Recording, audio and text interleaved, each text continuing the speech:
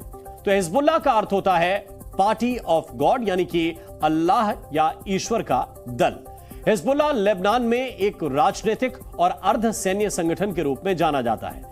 Lebanon में इसकी शिया राजनीतिक दल के तौर पर पहचान है। लेबनानी संसद में राजनीतिक दल के बतौर इसके 62 सदस्य भी हैं। लेबनान के गृह युद्ध के दौरान 1982 में हिजबुल्लाह की स्थापना हुई थी। अमेरिका की ओर से हिजबुल्लाह को आतंकी संगठन घोषित किया जा चुका है, लेकिन दूसरी ओर इसे ईरान की सरकार और ईरानी रेवोल्यूशनरी गार्ड का समर्थन भी हासिल है। 2006 में इजराइल के खिलाफ जंग के बाद से हिजबुल्लाह की ताकत और बढ़ गई है। लेबनान में हिजबुल्लाह की धमक है और सरकार से लेकर आम लोगों के बीच इसकी पैठ भी है। लेकिन अब आपको यह बताते हैं कि यह आतंकी संगठन कितना खतरनाक है। तो हिजबुल्लाह के पास 1 लाख से ज्यादा लड़ाके हैं और जिनमें 2000 लड़ाके हमेशा एक्टिव मोड में रहते हैं।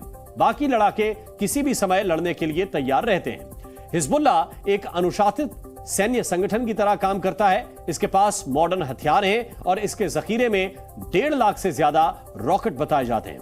हिजबुल्लाह के लड़ाकों को कई देशों की सेना से बेहतर ट्रेनिंग हासिल होती है। इजरायल और लेबनान की जंग बढ़ती है तो इसमें भी ईरान और अमेरिका आमने सामने खड़े नजर आ सकते हैं, क्योंकि अमेरिका की तरफ आतंकी संगठन घोषित हिजबुल्लाह को ईरान का पूरा समर्थन हासिल है।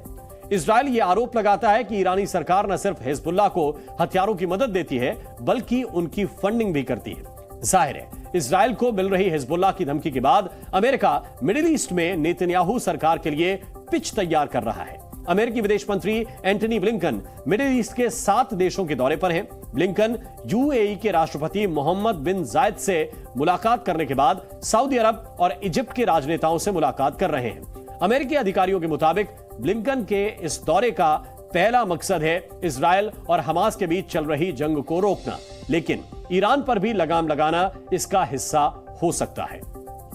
वैसे हिजबुल्लाह की सक्रियता को देखते हुए और इसके बहाने भी अमेरिका ईरान को दबाव में रखना चाहता है। अमेरिका यह चाहता है कि ईरान समर्थित हिजबुल्लाह जैसे आतंकी संगठन इस जंग का हिस्सा ना बने, क्योंकि इससे अमेरिकी हितों को भी नुकसान होना तय है।